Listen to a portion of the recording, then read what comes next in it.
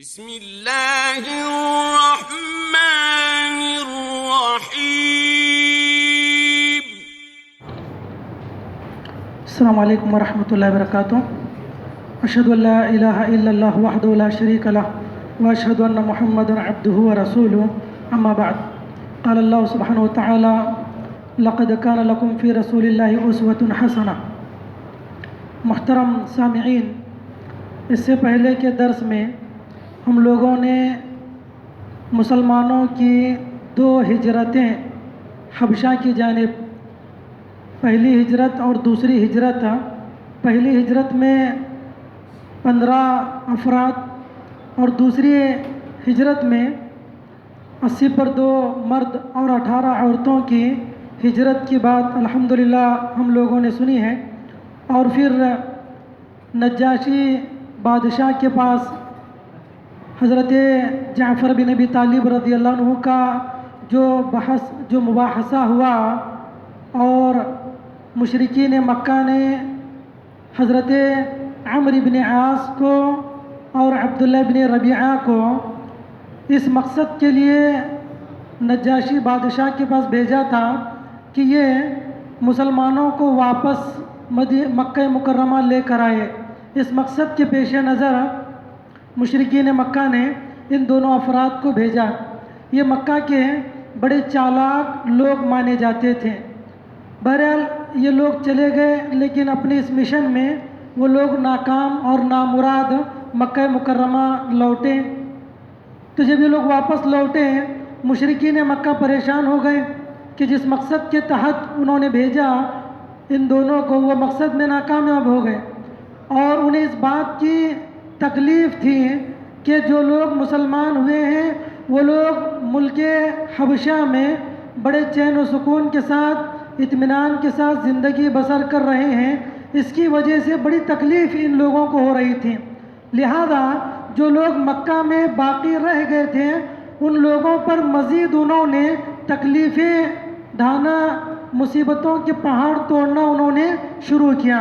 تو سب سے بڑا جو صدمہ مسلمانوں کو ہوا مکہ مکرمہ کے اندر وہ یہ کہ جتنے مسلمان تھے سب کا بائیکاٹ کیا گیا، قطع تعلق کیا گیا، سب کو شعب ابی طالب میں محصور کر دیا گیا۔ شعب ابی طالب جو ہے یہ ایک بڑی گھاٹی تھی مکہ مکرمہ کے اندر، خیف بنی کنانہ کے علاقے میں بہت بڑی وادی تھی، جہاں پر ان تمام مسلمانوں کو اور بنو ہاشم کو قید کیا گیا، محصور کیا گیا جو لوگ مکہ کے اندر تھے۔ تو وہاں پر ان لوگوں سے جب بات چیت بند کر دی گئی تو ہر قسم کے رشتے ان سے کٹ کر دیے گئے، نہ ان سے بات چیت کی جاتی ہے، نہ ان سے کوئی چیز خرید و فروخت کی جاتی ہے، نہ ان لوگوں کے پاس کھانے کے لیے کوئی چیز بھیجی جاتی ہے، نہ ان لوگوں کی باتیں سنی جاتی ہیں، نہ ان لوگوں کے ساتھ مجالست اختیار کی جاتی ہے۔ ان کے ساتھ بیٹھنے کو بھی لوگوں نے منع کیا، مشرکین مکہ نے منع کیا۔ تو یہ بہت بڑا صدمہ، یہ بہت بڑا حادثہ مسلمانوں کے ساتھ ہوا کہ مسلمانوں کو شعب ابی طالب میں قید کر دیا گیا۔ اس وقت اللہ کے نبی علیہ السلام کے ساتھ، آپ کے اصحاب کے ساتھ، خود ابو طالب کے خاندان کے افراد بھی وہاں پر شامل تھے، محض ان کی حمایت میں، ان کے سپورٹ میں۔ حالانکہ وہ لوگ مسلمان نہیں تھے، محض مسلمانوں کی تائید کرنے کی وجہ سے، مسلمانوں کی حمایت کی وجہ سے ان لوگوں کو بھی اس سزا میں شریک ہونا پڑا۔ تو ان لوگوں کو جو ہے اس وادی کے اندر محصور کیا گیا۔ تو کہا جاتا ہے، جیسا کہ بعض روایتوں میں آتا ہے کہ ان لوگوں نے واجمع المشرکون امرهم على الا يجالسوهم ولا يخالطوهم ولا يبايعوهم ولا يدخلوا بيوتهم حتى يسلموا رسول الله للقتل۔ ان لوگوں نے یہ ایک فرمان جاری کر دیا اور کعبۃ اللہ کے اوپر لٹکا دیا، ایک عہد و پیمان انہوں نے لکھ دیا مشرکین مکہ نے کہ مسلمانوں کے ساتھ اور آل ابی طالب کے ساتھ جو ہے بائیکاٹ کیا جائے گا، ان لوگوں کے ساتھ بات چیت نہیں ہوگی، اور ان لوگوں کے ساتھ خرید و فروخت بھی نہیں کیا جائے گا، اور نہ ہی ان کے گھروں کو کبھی مہمان بنیں گے یہاں تک کہ وہ لوگ رسول کو ہمارے سپرد کر دیں تاکہ ہم نبی کو قتل کر دیں. یہ لوگ جب تک نبی کو ہمارے سپرد نہیں کریں گے ہم ان لوگوں کے ساتھ بائیکاٹ کریں گے. یہ ان لوگوں نے لکھ دیا اور کعبۃ اللہ کے دیوار پر جو ہے اس کو ٹانگ دیا. تو یہ جو ہے بہت بڑا مسلمانوں کے اوپر ظلم و ستم کا پہاڑ توڑا گیا. جب مسلمانوں کو اس کے اندر قید کیا گیا تو مسلمانوں کو کئی تکلیفوں سے گزرنا پڑا. سب سے پہلے یہ جیسے کہ صحابہ رسول کہتے ہیں وَاشْتَدَّ عَلَيْهِمُ الْبَلَاءُ وَالْجُهْدُ وَالْجُوعُ فَلَمَّا كَانَ رَأْسُ 3 سنين کہ جب اللہ صحابہ کرام اور اللہ کے رسول وہاں پر تھے تو بڑی بھوک مری کی زندگی انہیں گزارنی پڑی. بڑی مشکلات سے انہیں سفر کرنا پڑا. کئی مسائل میں ان لوگوں کو تکلیفوں سے گزرنا پڑا. بعض روایتوں میں مرسل روایتوں میں یہاں تک آتا ہے کہ مجبوراً مسلمانوں کو مردار جانوروں کے چمڑے بھی کھانے پڑے. اس قدر اذیت صحابہ کرام کو ان لوگوں نے پہنچائی, اتنی تکلیفیں ان لوگوں نے دی. اور یہ حال مسلسل 3 سال تک جاری رہا. بعض روایتوں میں 3 سال کا ذکر ملتا ہے اور بعض روایتوں میں 2 سال چند ماہ کا ذکر ملتا ہے. تو بہرحال اس مشن کے اندر جو ہے یا اس تکلیف میں اللہ کے رسول کے ساتھ صحابہ کرام کے ساتھ بنو ہاشم کے لوگ بھی شامل تھے اور برابر وہ بھی تکلیف کو برداشت کر رہے تھے. تو یہ جو ہے مسلمانوں کے اوپر بہت بڑی تکلیف کی بات تھی. یہ سن 10 ہجری کے قریب کی بات ہے, 10 نبوت کے قریب کی بات ہے, جب آپ علیہ السلام کی عمر 40 پر 9 سال کی تھی. 40 پر 9 سال آپ علیہ السلام کی عمر تھی. جب آپ علیہ السلام نے ان تمام حالات کو دیکھا تو اس کے بعد آپ علیہ السلام کی زبانی ان مشرکین مکہ کے حق میں بددعا نکل گئی. اللہ کے نبی نے ان لوگوں کے حق میں بددعا کی. کہا اللہ کے نبی علیہ السلام نے اے اللہ ان لوگوں کے اوپر ایسے ہی قحط سالی مسلط کر دے جیسے کہ تو نے یوسف علیہ السلام کی قوم پر قحط سالی مسلط کی تھی. الحمدللہ اللہ کے نبی علیہ السلام نے یہ بددعا کی تو یہ اللہ رب العالمین نے اس بددعا کو قبول کیا اور پھر ان لوگوں کی حالت جو ہے بڑی خستہ ہونے لگی. جو حالت مسلمانوں کی تھی اس سے زیادہ ابتر اور ان سے زیادہ بدتر حالت جو ہے مشرکین مکہ کی ہو گئی. یہاں تک کہ جب اللہ کے نبی نے بددعا کی تو روایتوں میں آتا ہے فحدثت فیہم مجاعۃ حتی اکلوا المیتۃ والجلود. یہ لوگ جو ہے مردار جانوروں کے چمڑے کھانے پر مجبور ہو گئے اور جب یہ لوگ آسمان کی طرف نگاہ اٹھا کر دیکھتے ہیں تو ان کے سامنے تاریکی نظر آنے لگتی, اندھیرا چھا جاتا, سامنے کوئی چیز نظر نہیں آتی. یہاں تک کہ اور یہ دوسری بددعا ہے, اس سے پہلے بھی اللہ کے نبی علیہ السلام نے اس طرح کی بددعا ان کے حق میں کی تھی. اس کے بعد شیخ ابی طالب نے دوسری مرتبہ اللہ کے نبی نے ان کے حق میں بددعا کی. پھر ابو سفیان رضی اللہ عنہ آئے جو اس وقت مسلمان نہیں تھے اور انہوں نے کہا اللہ کے رسول یہ آپ کے خانوادے کے لوگ ہیں, آپ ان کے حق میں دعا کریں کہ اللہ تعالیٰ اس عذاب کو ہٹا دے. اللہ کے نبی علیہ السلام نے دعا کی. پھر اس کے بعد مشرکین مکہ کے کچھ اہم سرداروں نے بیٹھ کر یہ جو بائیکاٹ کا عہد و پیمان کیا گیا تھا اس کے تعلق سے کہا گیا کہ یہ لوگ ہمارے اپنے ہیں, ہم انہیں اس طرح تکلیف میں نہیں دیکھ سکتے, ہم ان مسلمانوں کو پریشان نہیں کر سکتے. یہ بات کہہ کر مشرکین مکہ سے بڑے بڑے مشرکوں کے چند سردار نے اگر کہا کہ اس عہد و پیمان کو ختم کر دو, اس عہد و پیمان کو ختم کر دو اور مسلمانوں کو اس مکہ کے اندر گھومنے پھرنے کی اجازت مل جائے, جہاں چاہے رہے, جہاں چاہے تجارت کرے, خرید و فروخت کرے, وہ اپنی منچاہی زندگی گزار لیں, یہ ان کو ان کا حق ملنا چاہیے. اس طرح کی باتیں جو ہے مشرکین مکہ کے سامنے کی گئی.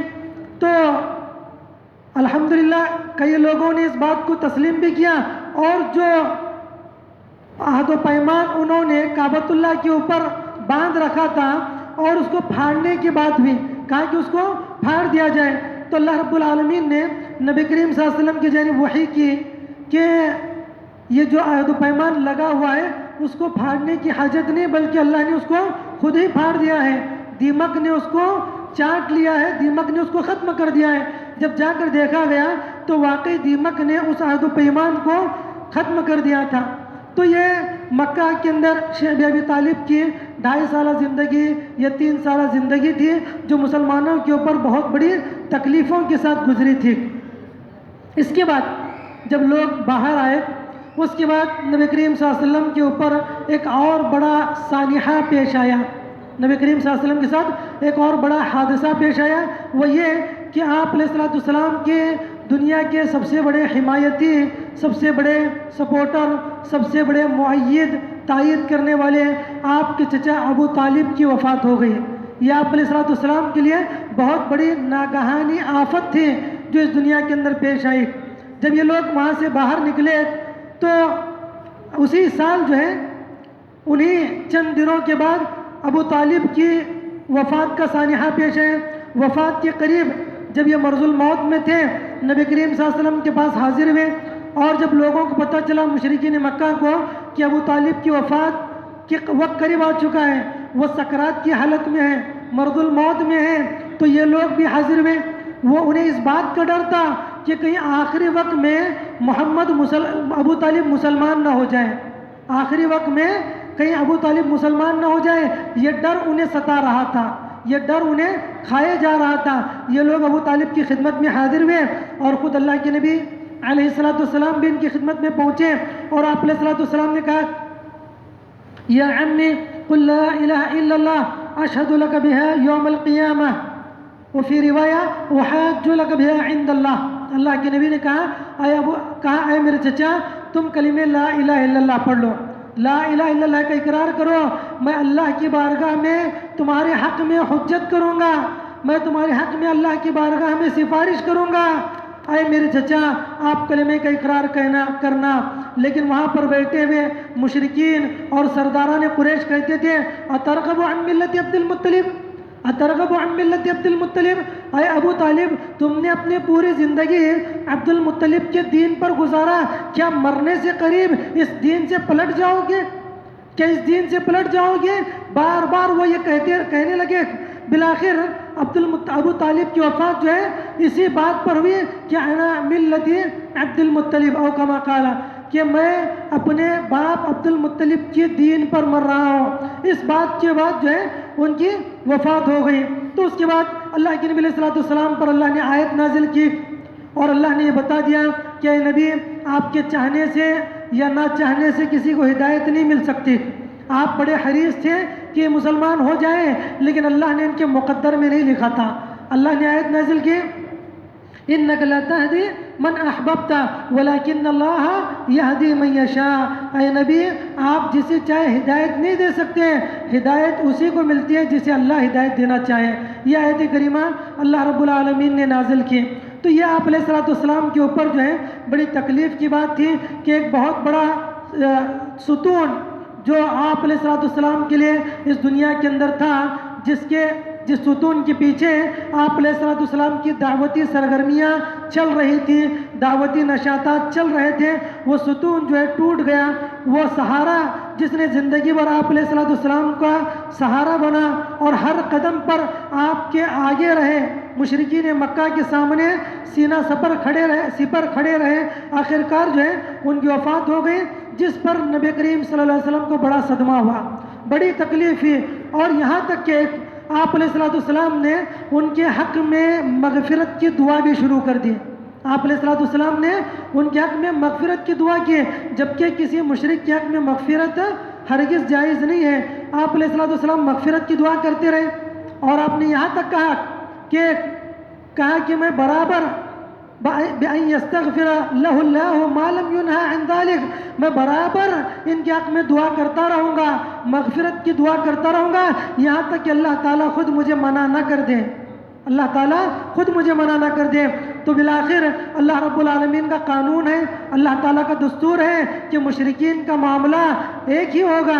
تو اللہ نے کہا کہ ما كان للنبي والذين آمنوا ان يستغفروا للمشركين ولو كانوا اولي قربى من بعد ما تبين لهم انهم اصحاب الجحیم، کہ کسی مسلمان کے لیے یہ ہرگز جائز نہیں ہے، کسی مسلمان کے لیے، کسی مومن کے لیے اور کسی نبی کے لیے، ما كان للنبي والذين آمنوا، نہ کسی مسلمان کے لیے جائز ہے اور نہ کسی نبی کے لیے جائز ہے کہ وہ مشرکین کے حق میں استغفار کریں، وَلَوْ كَانُوا أُولِي قُرْبَىٰ، چاہے وہ ان کے کتنے ہی قریبی رشتہ دار کیوں نہ ہو، کتنے ہی قریبی کیوں نہ ہو، وہ ان کے حق میں مغفرت کی دعا نہیں کر سکتے ہیں۔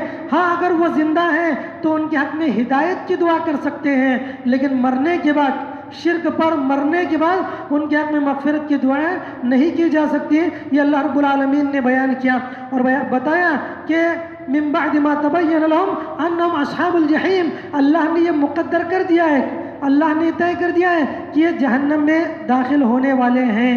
تو یہ بڑا صدمہ اللہ کے نبی علیہ السلام کو پیش آیا۔ اس کے بعد جو ہے مسلمانوں کو تکلیفیں اور بڑھ گئیں اور اللہ کے نبی علیہ السلام کو اور زیادہ لوگوں نے تکلیفیں دینی شروع کی۔ جب تک ابو طالب باحیات تھے لوگ ان کے احترام میں ڈرا کرتے تھے، اللہ کے رسول کو تکلیف دینے سے، پریشان کرنے سے کچھ قدرے خوف کھایا کرتے تھے، ڈرا کرتے تھے، لیکن درمیان سے جب یہ ستون ختم ہوا تو لوگوں نے اور زیادہ تکلیفیں دینی شروع کی۔ اس کے بعد ایک اور دوسرا سب سے بڑا ایک اور صدمہ نبی کریم صلی اللہ علیہ وسلم کی ذات کے ساتھ پیش آیا۔ وہ سب سے بڑا صدمہ یہ تھا کہ اسی سال جو ہے چند ہی ماہ کے بعد آپ کی چہیتی بیوی حضرت خدیجہ رضی اللہ عنہا کا بھی انتقال ہو گیا۔ انا للہ و انا الیہ راجعون۔ تو یہ بہت بڑا صدمہ تھا اللہ کے نبی علیہ السلام کو۔ یہ اسی سال کو عام الحزن کہا جاتا ہے۔ عام الحزن، عام الحزن کی معنی ہوتی ہے غم کا سال، دکھوں کا سال، تکلیفوں کا سال۔ تو اسی سال میں کئی تکلیفیں آپ علیہ السلام پر آئی۔ جو ایک بڑی دوسری تکلیف جو سب سے بڑی آئی اس سال میں وہ حضرت خدیجہ رضی اللہ عنہا کی وفات تھی، اور حضرت خدیجہ بھی آپ علیہ السلام کے لیے بہت بڑی ڈھال تھی، بہت بڑی ڈھال تھی، بہت بڑا سہارا تھی۔ جب بھی آپ علیہ السلام کو کوئی تکلیف ہوتی، مصیبت ہوتی آتی تو یہ حضرت خدیجہ آپ کو تسلی دیا کرتی تھی، آپ کے غم میں شریک ہوتی تھی، اور آپ کے درجے آپ کو ہر اعتبار سے حضرت خدیجہ نے ساتھ دیا، جسمانی طور پر ہو، روحانی طور پر ہو، مالی طور پر ہو۔ آپ کی پوری دولت حضرت خدیجہ نے اپنی پوری دولت اللہ کے نبی کے لیے وقف کر دی تھی، اللہ کے نبی کے لیے، اور مکہ کی بڑی رئیسہ خاتون تھی، بڑی مالدار خاتون تھی، بڑی دولت مند خاتون تھی۔ تو انہوں نے اپنی پوری دولت اللہ کے نبی کے لیے وقف کر دی تھی کہ اللہ کے نبی جیسے چاہے اس میں تصرف کریں، دین کے معاملات میں خرچ کریں، اور یہ اسلام کے لیے بہت بڑی مدد تھی۔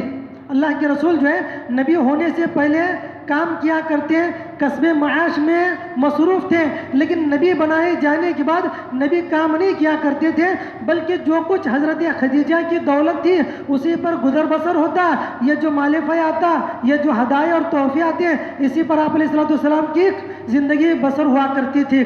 تو بہرحال حضرت خدیجہ رضی اللہ عنہ آپ کی بہت بڑی معاون تھی، دست و بازو تھی، ہر مشکل میں آپ کے کام آنے والی تھی۔ تو ان کی بھی جو ہے وفات اسی سال ہوئی، اور یہ جو ہے ہجرت نبوی سے 3 سال پہلے، ہجرت نبوی سے 3 سال قبل ابو طالب کے وفات کے چند ماہ بعد حضرت خدیجہ رضی اللہ عنہا کی بھی وفات ہوئی۔ اس کے بعد اللہ کے نبی علیہ السلام جو ہے بالکل اکیلے اور تنہا ہو گئے، اور اس کے بعد آپ علیہ السلام مختلف مقامات کا سفر کرنے لگے۔ اس کے بعد کہیں پر مختلف قبائل کے پاس جاتے ہیں، لوگوں کو اسلام کی دعوت دیتے ہیں، اور یہ کوشش کرتے ہیں، اس حرص میں ہوتے ہیں کہ ہو سکتا ہے کوئی اسلام کا معاون بن جائے، کوئی اسلام کے لیے مددگار ثابت ہو جائے، کوئی قبیلہ ہماری حمایت کے لیے آ جائے۔ تو حمایت کی غرض سے اور دعوت کی غرض سے، ان 2 مقصد کے پیش نظر آپ علیہ السلام نے کئی قبائل کا دورہ کیا، کئی قبائل کی طرف علیہ السلام نے سفر کیا۔ ان میں بڑا مشہور سفر جو ہے سفر طائف ہے۔ طائف کا سفر بڑا مشہور سفر ہے، اور ہم لوگوں نے بارہا اس بات کو سنا ہے۔ تو اس کے محدثین نے، اہل سیر نے 2 مقاصد اس کے بتائے ہیں۔ پہلی چیز یہ لإیجاد مرکز جدید للدعوہ، دعوت کے لیے ایک مرکز کا قیام ہونا۔ دوسرا طلب النصر من ثقیف، قبیلے ثقیف سے کچھ مدد مل جائے، کچھ نصرت ہو جائے اسلام اور اہل اسلام کے لیے۔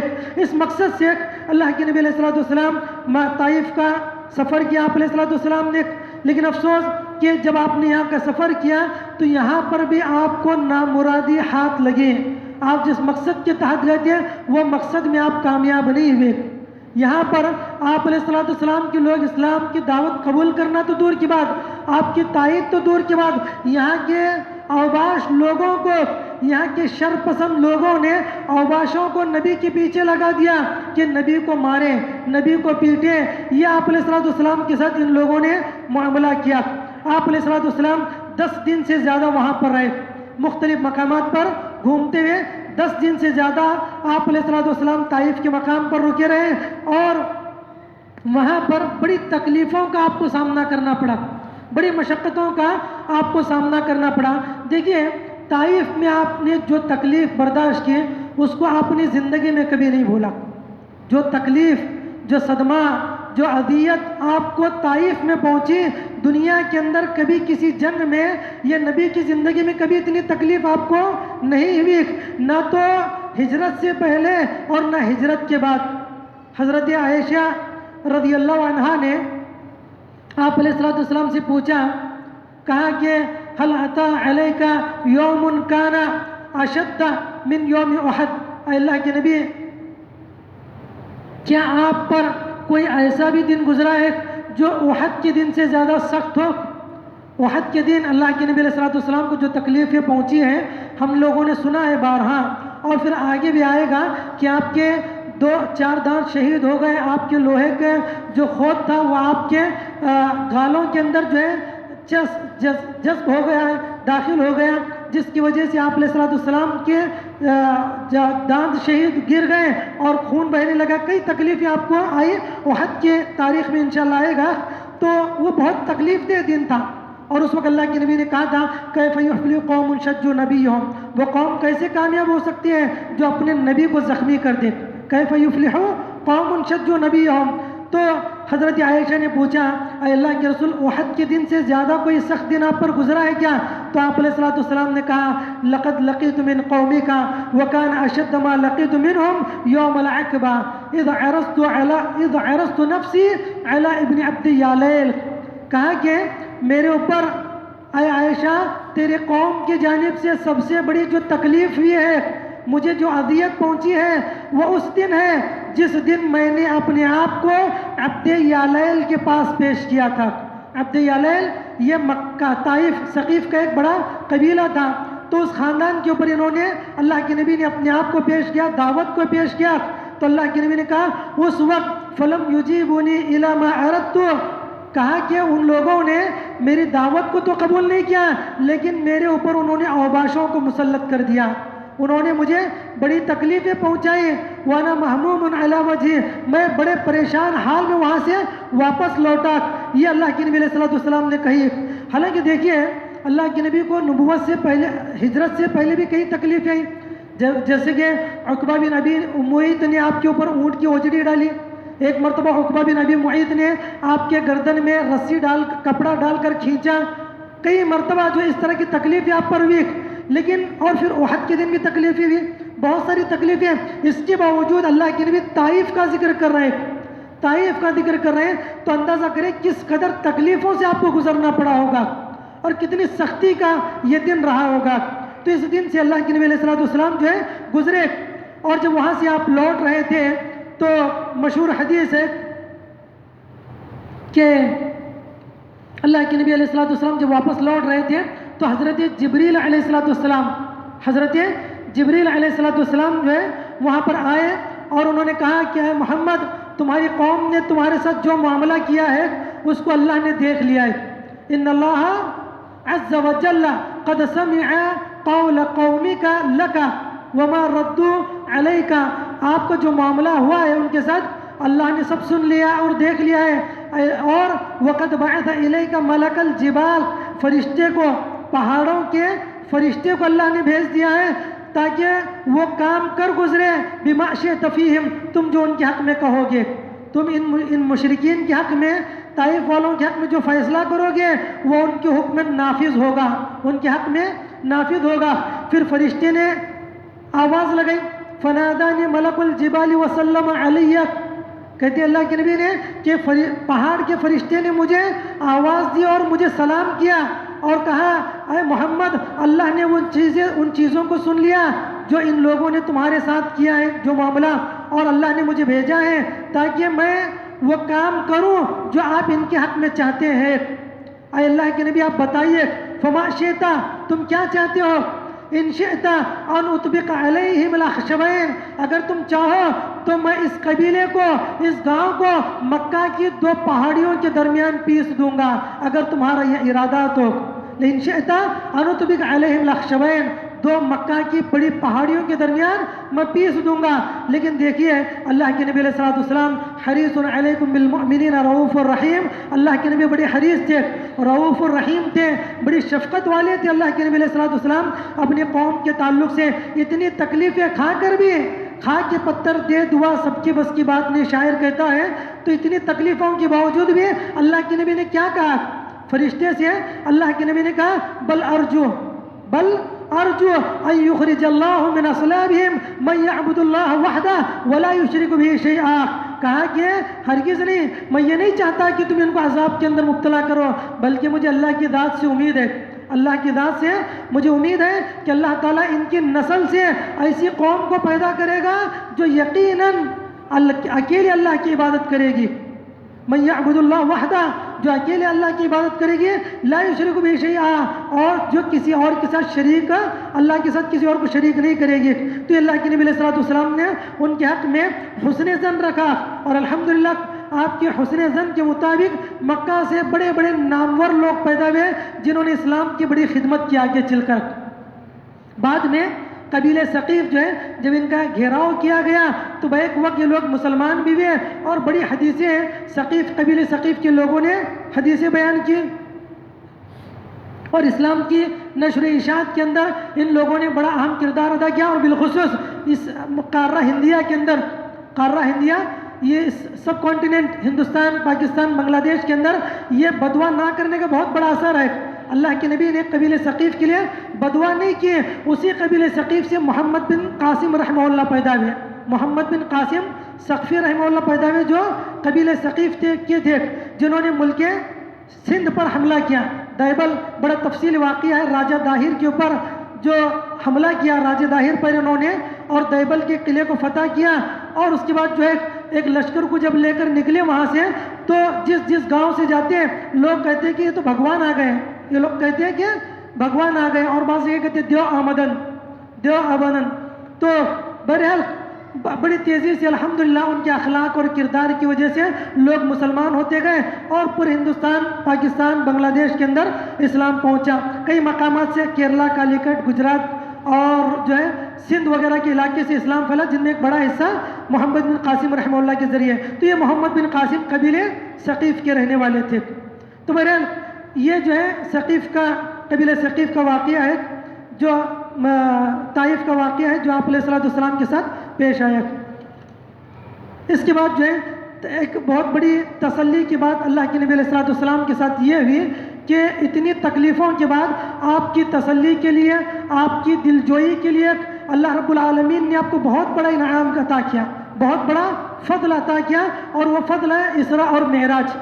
اسراء اور معراج یہ بہت بڑی نعمت تھی اللہ کے نبی علیہ الصلوۃ والسلام کے حق میں، بہت بڑا اعزاز، بہت بڑا شرف اور بہت بڑا فضل تھا جو اللہ رب العالمین نے طائف کے واقعے کے بعد جو ہے اسراء اور معراج کرائی۔ انشاءاللہ کل کے درس میں ان چیزوں کو ہم لوگ دیکھیں گے۔ اللہ تعالیٰ سے دعا اللہ میں کہنے سننے سے زیادہ عمل صالح کی توفیق نصیب فرمائے۔ اللہ رب العالمین تمام مسلمانوں کو نبی کریم صلی اللہ علیہ وسلم کی زندگی کو سن کر اس پر عمل کرنے کی توفیق عطا فرمائے۔ آمین۔ السلام علیکم ورحمۃ اللہ وبرکاتہ۔